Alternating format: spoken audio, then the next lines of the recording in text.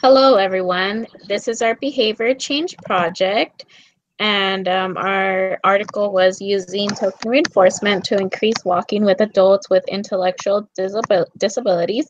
My name is Keely Castillo. I'm Yvonne Bradley. And I'm Tamara Landicho.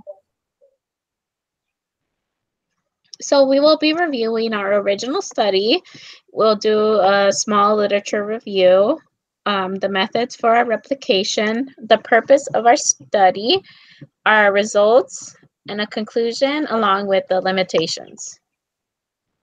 So the original study was using token reinforcement to increase walking with adults with intellectual disability. The researchers looked at 5 men with mild intellectual disability. They were all ages 34 to 67 years old.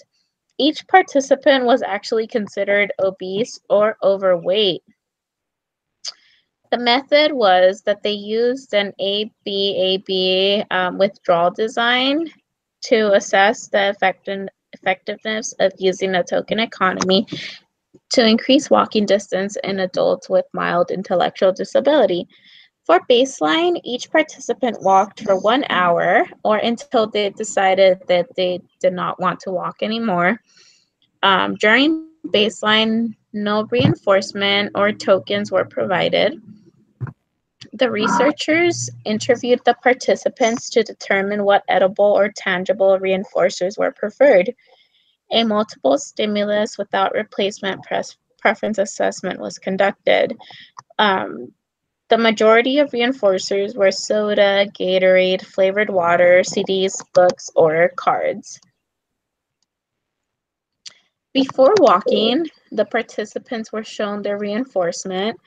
Once the participants began walking, they received 1 token after every lap that was walked. The researchers paired the tokens with encouraging phrases such as "great job" or "keep up the hard work."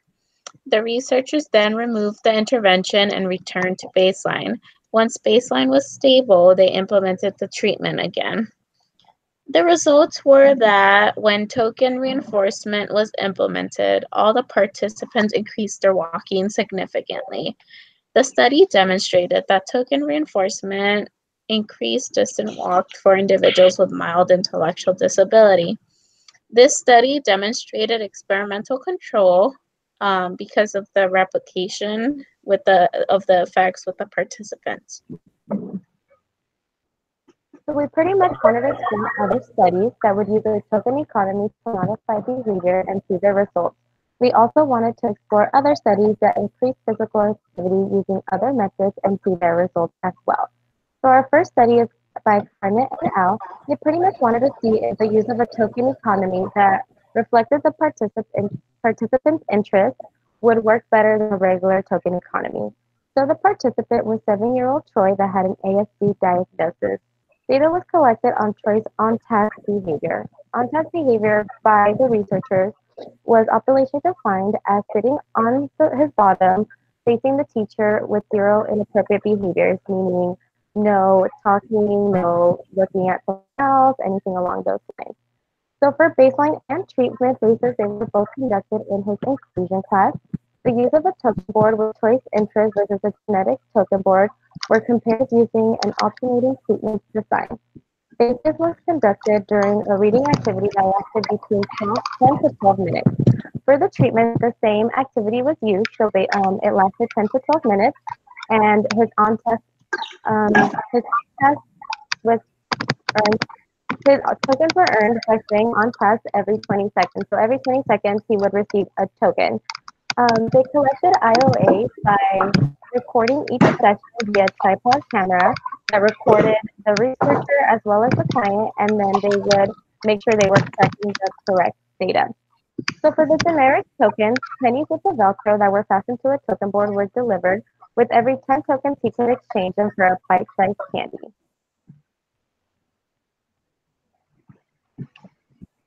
So for the tokens of interest, instead of using a traditional token board, tokens were made into small foam jigsaw puzzles that formed a whole picture resembling a puzzle at the end. So the jigsaw puzzle was first considered to be a reinforcer via pre-operative preference assessment and interviews with the teacher So they wanted to make sure that they used something that was going to be reinforcing for Troy. So the way that one worked, once the jigsaw puzzle was complete, so all 10 tokens were on the board, Troy was able to exchange the puzzle for a bite-sized piece of candy. So in general, it had the same outcome. He was able to exchange 10 tokens for a bite-sized piece of candy, but this time he was earning the tokens and using the tokens themselves as a reinforcer. So as for the results, it showed that for both the token boards that he increased his on-task behavior. So at baseline, he was about 11% of the intervals. And then for the generic token board, he increased to 45% of the intervals. And then the token board of interest, he increased to 55% of the intervals. My literature review article was by Valbuena, Milton Berger, Livingston, and Slattery, and their aim was to study and evaluate the effects of self-monitoring and monetary reinforcement for increasing the rate of walking among adults with intellectual disabilities. Five males were the participant, and they were all diagnosed with mild to moderate intellectual disabilities. They ranged from ages 18 to 65. They had to be their own guardian, say no to all the questions on the physical activity readiness questionnaire, and they were considered being ambulatory. There's also one female staff member working at the research site for at least a year, reporting rapport with all 5 male participants at the site and works Monday through Friday. The dependent measures of the study was recording the average rate of walking for each session and showing an increase of physical activity. A task analysis was used to measure the integrity of implementation of the intervention by the staff member. Procedure was an ABAB reversal design. In both phases, each session was an hour long and it required a pedometer at the hip. During baseline phase, pedometers were taped shut by the researcher so participants won't see the step count. At the end of the session, researcher collected back the pedometers and no consequences were received. During intervention phase, pedometers were unsealed so the participants can self-monitor their own steps. At the end of the session, participants turned in their pedometers to the researcher, and the researcher recorded a number of steps by each participant on the data sheet and were given 25 cents per 1,000 steps the participant took. In the results, they noticed an increase in the rate of walking during the first intervention phase for all 5 participants. Upon turning back to the baseline phase, however, the rate of walking decreased for all 5 participants. 4 out of 5 participants' rate of walking increased when intervention was reintroduced. A social validity questionnaire was filled out by the female staff member participant, and she recorded that intervention was effective, accessible, and acceptable. The social validity questionnaire was also filled out by the male participants and recorded that they perceived the intervention to be effective and highly acceptable. For my literature review, Rachel Tarbox, Patrick Gessie, and Ginger Wilson looked at the effects of token reinforcement on attending in a young child with autism. So the participant of the study was Adam, a 5-year-old boy that was diagnosed with autism. Data was collected on Adam's attending during specific activities, and for the purpose of the study, attending was defined as making eye contact with the instructor for 3 seconds. During baseline, Adam was prompted to attend to the instructor. A prompt was the instructor providing a non-vocal prompt for the eye contact for 5 seconds. If Adam did not look at the instructor, eye contact was scored as incorrect and a vocal prompt was given. During intervention was actually identical to baseline, but Adam received a token or a sticker immediately for attending to the instructor after the instructor provided the 5-second prompt.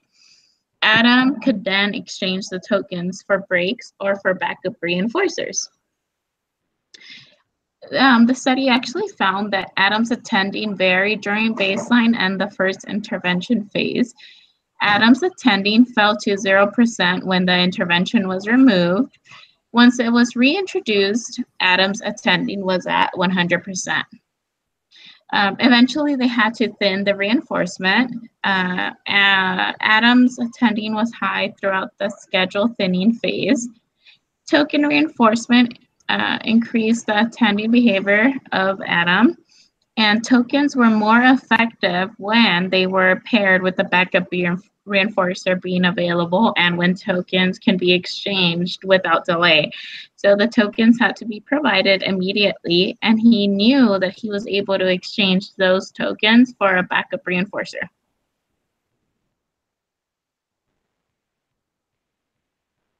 So for the methods, the participants were 3 students all enrolled in an online ABA master's program. So it was myself, Yvonne, Keely, and Tamara. For the settings vary depending on the participant. Each participant attended a gym and walked on the treadmill. For the materials, it was, of course, the treadmill, tokens, the event recording data sheet, reinforcers specific to the participant. The behavior definition of the target behavior was walking on a treadmill for 30 minutes. Walking was operationally defined as the advancement on foot by alternating the movement of the feet while on the treadmill. So an example is alternating movement of feet on a treadmill. The design we used was an ABAB design.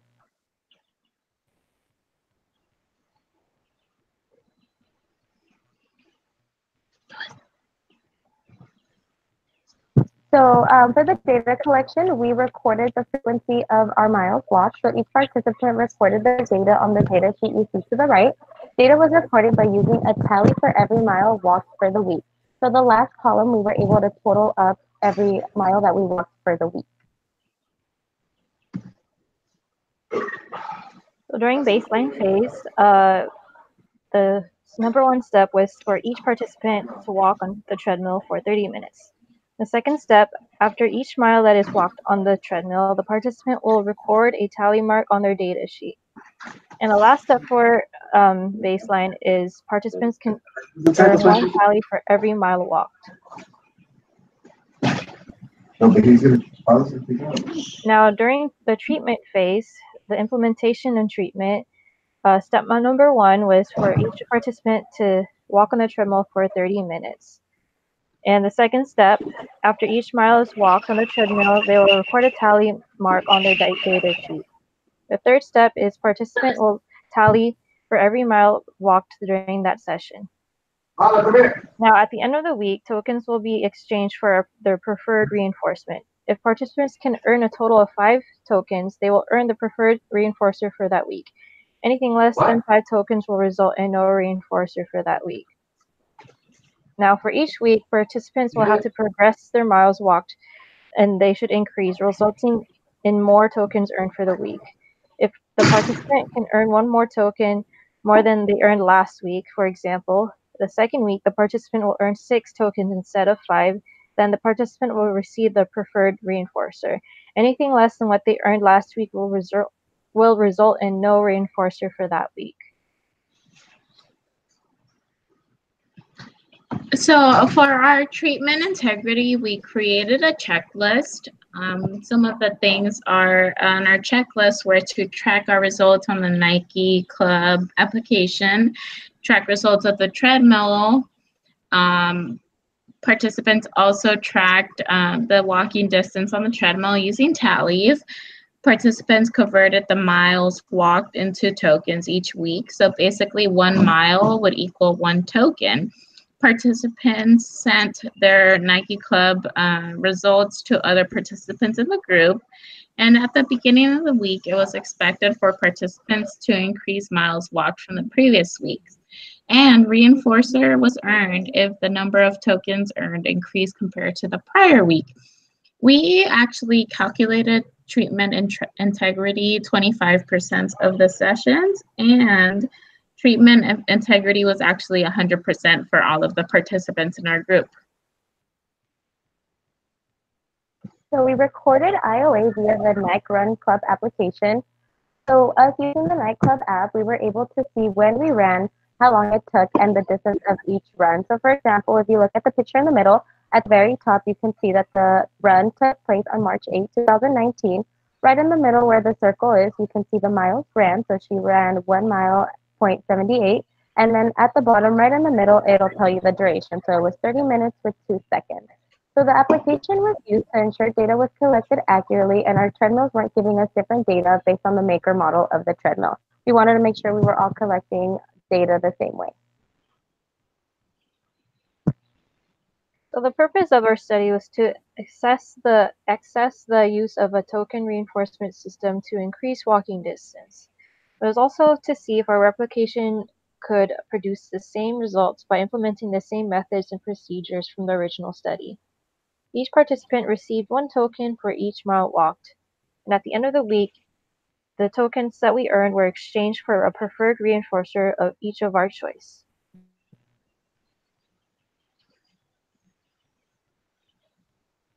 And here are the reinforcer menus that we all had specifically created for us. Kiwi's on the top, mine's in the middle, and the reinforcers for Yvonne are at the bottom. As you can see, each reinforcement for the week differs, and the tokens will increase as each week progresses.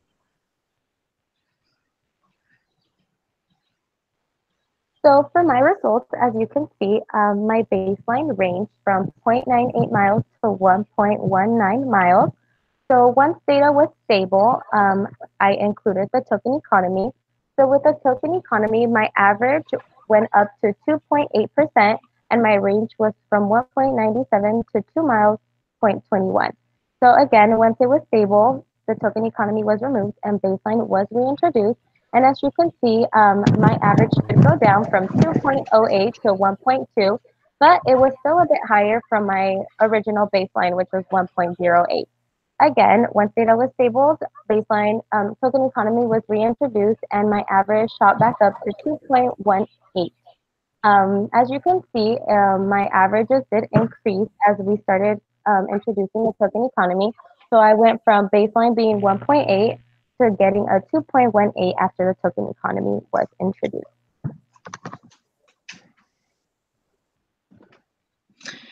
For my results, originally my baseline average was about 1.51 miles and my range was 1 to 1.78. Once the token economy was introduced, my average was 2.64 and the range was 2.25 to 3.0. So for my results, the token economy increased the miles walked significantly. Once we returned to baseline, my token economy, my average went down to 1.39 and my range was 1.1 to 1.73. And once the token economy was implemented again, my average was 2.56 and my range was 2.35 to 2.8. My results showed that implementing the token economy really motivated me to walk a longer distance in order to earn more tokens. And here are my results, kind of similar to what Kiwi and Yvonne had. At baseline, my average was 1.23 miles. And when token economy was implemented, it increased to an average of 1.38. When I returned back to baseline, it did decrease a little bit to 1.3. However, again, it was higher this time than the original baseline. Then when I returned back to the token economy the second time, it increased to 1.48. And as you can see, the ranges were 1.45 to 1.55 compared to the original or the previous intervention. It was 1.27 to 1.49. You can see that the ranges have increased throughout each phase. However, it was at its highest when the second intervention phase was implemented. For all of our participants, we made sure that we had stable data before moving on to the next phase. So we had to make sure that the baseline was stable and before moving on to the token economy. So as you can see, for Tamara's results, baseline is stable, and then we implemented the token economy, which increased her distance walked. And once we removed the intervention, her distance decreased a little bit. And once we implement it again, you can see that she walked a few more miles. So in conclusion, implementing a token economy increased the distance walked for all participants. Participants were motivated to walk longer distances to earn a highly preferred reinforcer. Results actually mirrored the results from our study, and tokens were more effective because they were paired with a backup reinforcer. And every participant chose what their backup reinforcer would be. So their reinforcer was effective and it was relevant to whatever the participant wanted. Some of the limitations of this study was that results may not be sustained long term. We may want to walk a longer distance while on the treadmill, but reinforcement may not always be available. It can be more difficult to increase distance walk since you have to increase the amount of time you are walking.